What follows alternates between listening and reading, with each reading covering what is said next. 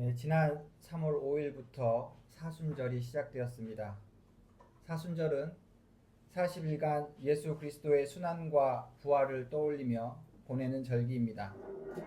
그 시작이 제의 수요일이라고 하는데 지난 3월 5일이 바로 제의 수요일이었습니다. 제가 필리핀에 봉사활동을 간 적이 있었습니다.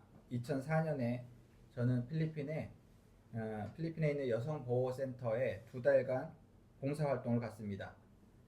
그곳에서 저는 제의 수요일을 맞을 수 있었습니다. 제가 머물던 단체는 가톨릭 수녀가 운영하던 곳이었습니다. 그날 예배에서 종려나무를 태운 재를 이용해서 이마에 십자가를 긋고 그리고 그 십자가를 그린 상태로 하루를 보낼 수 있었습니다. 종려나무를 태운 재를 이마에 바르는 것은 너는 흙에서 났으니 흙으로 돌아갈 것이다 하는 창세기의 말씀을 기억하고 유한한 인간의 삶과 죽음을 기억하는 의식입니다. 그렇게 하루를 보내며 자신의 죄를 떠올리고 하느님 앞에 회개의 시간을 갖습니다. 사순절 기간은 특별히 참회와 금식, 절제 생활을 하며 물질적 욕망에서 벗어나 하느님을 더욱 깊이 만나는 시간입니다. 기독교는 사순절 기간을 통해 예수님의 삶과 죽음 그리고 부활을 기억하며 준비합니다. 사순절의 마지막 주일은 종료주일과 성금요일, 부활절로 지킵니다. 금식에 대한 문화는 유대교 전통을 잇는 기독교와 이슬람에서 모두 가지고 있습니다. 이슬람에서는 이 기간을 라마단이라고 해서 지키기도 합니다. 이러한 금식에 대한 언급이 오늘 읽은 이사야서 본문에서 나옵니다. 이스라엘 백성들의 금식에 대한 탄식 이야기입니다. 이사야서 58장 3절입니다. 주님께서 보시지도 않는데 우리가 무엇 때문에 금식을 합니까? 주님께서 알아주시지도 않는데 우리가 무엇 때문에 고행을 하겠습니까? 금식에 대한 이스라엘 백성들의 불만이 나오는 내용입니다. 이에 대해서 이사야는 다음과 같이 질타합니다. 너희들이 금식하는 날 너희 자신의 향락만을 찾고 일꾼들에게는 무리하게 일을 시킨다. 너희가 다투고 싸우면서 이렇게 못된 주먹질이나 하려고 금식을 하느냐? 금식에 대한 논쟁이 있었다는 것을 살펴볼 수 있습니다. 이사야는 기원전 8세기 남유다의 선지자였습니다. 이방신과 이방 문화에 물들어 타락해가는 이스라엘 백성들을 향해 회개를 요구하였던 예언자였습니다. 그는 하느님의 심판으로 망할 이스라엘을 걱정하였고 아수르와 바벨론에 의해 포로로 끌려갈 이스라엘 백성들을 걱정하였습니다. 주변의 강대국의 압박으로 위협받는 이스라엘을 두고 외세에 의존하지 말고 하느님께 의지할 것을 아하스 왕에게 요구하기도 하였습니다. 이사야는 임마누엘께서 이스라엘을 억압으로부터 자유롭게 할 것이라고 예언하였습니다. 교만한 도시들을 이야기하며 그 도시들이 멸망하고 하느님께서 새로 세우실 예루살렘을 통해 새 도시가 건설될 것을 예언하였습니다. 히스기야 왕 때 바벨론과 손을 잡고자 한 왕에게 이사야는 바벨론은 예루살렘을 배반하고 공격할 것이라고 예언하였습니다. 여기까지의 내용이 이사야서 39장의 내용입니다. 앞에 설명한 39장까지를 제1 이사야서라고 이야기합니다. 그리고 이후에 나오는 40장에서 66장까지를 제2, 제3 이사야서로 구분합니다. 이사야서는 전체가 66장으로 이루어진 방대한 양의 대예언서입니다. 이사야서가 쓰여진 시기와 사회상, 문체에 따라서 위와 같이 제1, 제2, 제3 이사야 세 부분으로 나뉘어져 있다고 이사야서를 기록한 사람 나누어져 있고 이사야서를 기록한 사람들도 서로 다르다고 학자들은 이야기합니다. 그 까닭은 40장을 보면 알 수 있습니다. 이사야서 40장 2절에 복역 기간이 끝나고 죄에 대한 형벌도 다 받고 지은 죄에 비하여 갑절의 벌을 주님에게서 받았다 하고 기록되어 있습니다. 되짚어보면 39장까지의 내용은 이스라엘의 멸망과 회개를 촉구하는 내용인데 40장부터는 벌을 다 받았고 복역 기간이 끝났다라고 선포하고 있습니다. 이사야가 예언을 하고 이스라엘 민족이 바벨론의 포로로 잡혀가 돌아오기까지 대략 200년, 정확히는 150년에서 300년 정도의 차이가 난다고 합니다. 학자들은 이사야서의 전반부와 후반부의 기록 시기가 다르다고 이야기합니다. 200여 년간의 시간 차이를 두고 하나의 책으로 기록될 수 있었던 것은 이사야서 전반부에 나타난 이야기 때문입니다. 이사야는 자신의 예언이 이스라엘 지도자들에게 거절당하자 자신의 예언을 두루마리에 써서 밀봉한 것과 자신을 따르는 제자들에게 이를 전하는 내용이 이사야서 8장과 29장, 30장에 등장합니다. 그 두루마리 예언을 바벨론의 포로기와 그 후에 예루살렘으로 귀환하면서 이스라엘 민족들이 자신들의 소망으로 삼았던 것입니다. 그 내용이 후대에 이사야서에 기록되면서 제2, 제3 이사야서로 나뉘게 됩니다. 오늘 읽은 본문이 포로기 이후에 예루살렘으로 돌아온 이스라엘 백성들이 기록한 내용입니다. 그렇게 본문을 보면 포로기 이후에 해방된 이스라엘 민족들이 예루살렘에 돌아왔을 때 사회상을 그려볼 수 있습니다. 오랜 포로 생활을 마친 그들에게는 어떻게 해야 하느님의 뜻에 따르는지에 대해 혼란스러웠을 것입니다. 금식을 하면서도 서로 다투거나 금식하는 날 향락을 취하거나 일꾼들에게 무리한 일을 시키고 있음을 본문에서 살펴볼 수 있습니다. 이러한 이스라엘 백성에게 이사야는 말합니다. 머리를 갈대처럼 숙이고 굵은 배와 재를 깔고 앉는다고 해서 어찌 이것을 금식이라고 하겠으며 주님께서 반기실 날이라고 하겠느냐. 오늘 읽은 마태복음서 본문에도 금식에 대한 이야기가 나옵니다. 마태복음 6장 16절 말씀입니다. 너희는 금식할 때에 위선자들과 같이 슬픈 기색을 띠지 말아라. 그들은 금식하는 것을 남에게 보이려고 얼굴을 흉하게 한다. 내가 진정으로 너희에게 말한다. 그들은 자기네 상을 이미 받았다. 예수님은 진정으로 말한다 하며 강하게 말씀을 전하고 계십니다. 남에게 보이려고 금식하지 말라는 것입니다. 예수님께서는 금식할 때 얼굴을 치장하여 금식하는 것을 드러내지 말라 하신 것은 하느님을 따르는 행위를 남들 모르게 하라는 뜻에서 하신 말씀입니다. 이사야서에서 이스라엘 백성들이 불평을 합니다. 하느님께서 보시지도 않는데 우리가 무엇 때문에 금식을 하며 주님께서 알아주시지도 않는데 우리가 무엇 때문에 고행을 합니까? 그리스도인의 삶은 누군가에게 인정받기 위해 사는 삶이 아닙니다.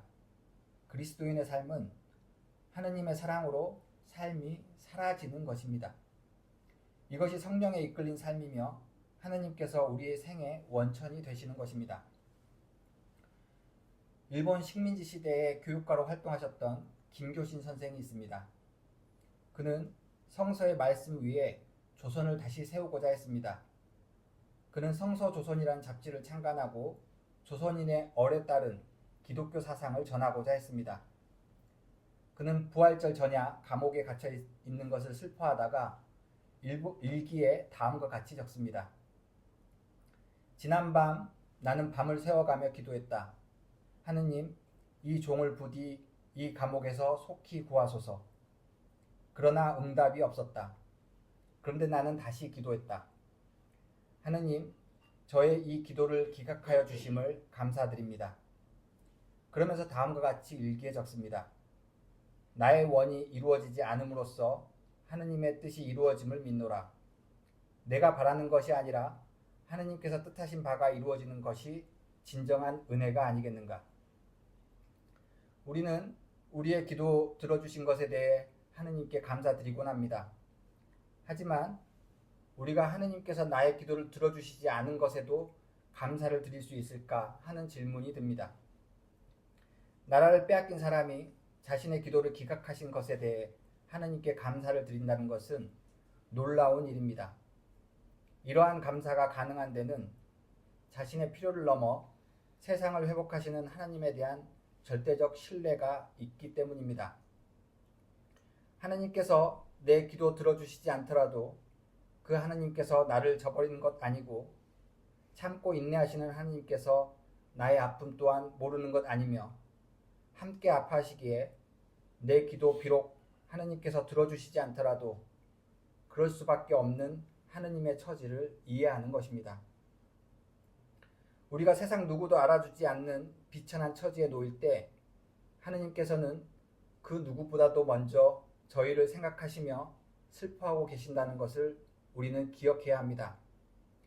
사람들 눈에 드러나지 않고 세상에 숨겨진 삶을 살아가는 이들에게 예수님께서는 말씀하십니다. 남모르게 숨어서 계시는 내 아버지께서 너에게 갚아주실 것이다. 하느님께서는 모두에게 공평하게 복을 베푸셨습니다. 밤과 낮, 물과 바람, 들의 꽃과 숲의 짐승들처럼 모두가 함께 누리는 것들입니다. 하느님께서는 모두가 누리고도 남도록 복을 베풀어 주셨습니다. 다만 우리가 그 복을 모두 누리지 못하는 까닭은 인간의 삶이 하느님의 섭리를 따르지 못하기 때문입니다. 인간이 끊지 못하는 욕망, 그리고 그 욕망을 작동시키는 불안에 사로잡혀 있기 때문입니다. 인간의 근본적인 불안, 하느님께서는 죄의 사슬에 갇힌 인간들을 안타깝게 여기며 함께 슬퍼하십니다. 그 죄의 사슬을 끊기 위해 하느님께서는 직접 인간의 몸을 입어 세상에 오셨습니다. 죽음과 부활로서 보여주신 사랑은 우리의 삶이 육신에 머물지 않고 영원에 이른다는 것을 직접 보이기 위함입니다. 우리가 부활한 그리스도를 고백할 때 그 고백은 삶의 근저에 자신을 올가매는 불안의 사슬을 끊고 참된 삶을 사는 것을 의미합니다.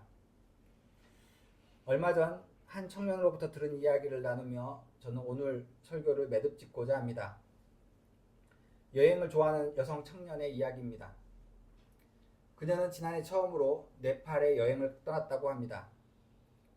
여자 혼자 여행하는 일에 익숙했지만 에베레스트 같은 큰 산을 혼자 여행하는 것은 처음이었습니다. 사전에 이러저러한 정보들을 알아보고 간 곳이지만 네팔의 세계는 낯설었고 에베레스트 등반은 만만한 일이 아니었습니다. 사람들의 말로는 1000m 오를 때마다 고비가 온다고 합니다. 자신도 1000m 오를 때마다 고비가 왔었다고 합니다. 3000m로 올랐을 때 그곳의 캠프에서 잠을 자고 다음날 등반을 이어가야 했습니다. 그곳에서 자려고 할 때 저산소증이 심하게 왔다고 합니다. 호흡이 잘 이루어지지 않고 숨이 막혀왔습니다. 의지를 가지고 심호흡을 시도했지만 막힌 숨은 풀리지 않았습니다. 막힌 숨이 계속될수록 불안은 커지고 온갖 생각이 떠올랐습니다. 어떻게든 숨을 쉬어야 하니 애를 써 호흡을 하지만 산소 공급은 원활하지 않고 숨이 막히는 답답한 상황이 이어졌습니다. 그렇게 고비가 올 때면 산을 내려가는 것밖에 방법이 없다고 합니다. 그런데 에베레스트 같은 큰 산을 밤중에 혼자 내려가는 것은 너무나도 위험한 일입니다. 길이라도 잘못 들어서 실종사하기 십상이고 길이라 하는 것도 안내자 없이는 찾기 어려울 정도였습니다. 궁지에 몰리니 가족들이 너무나 보고 싶어졌습니다.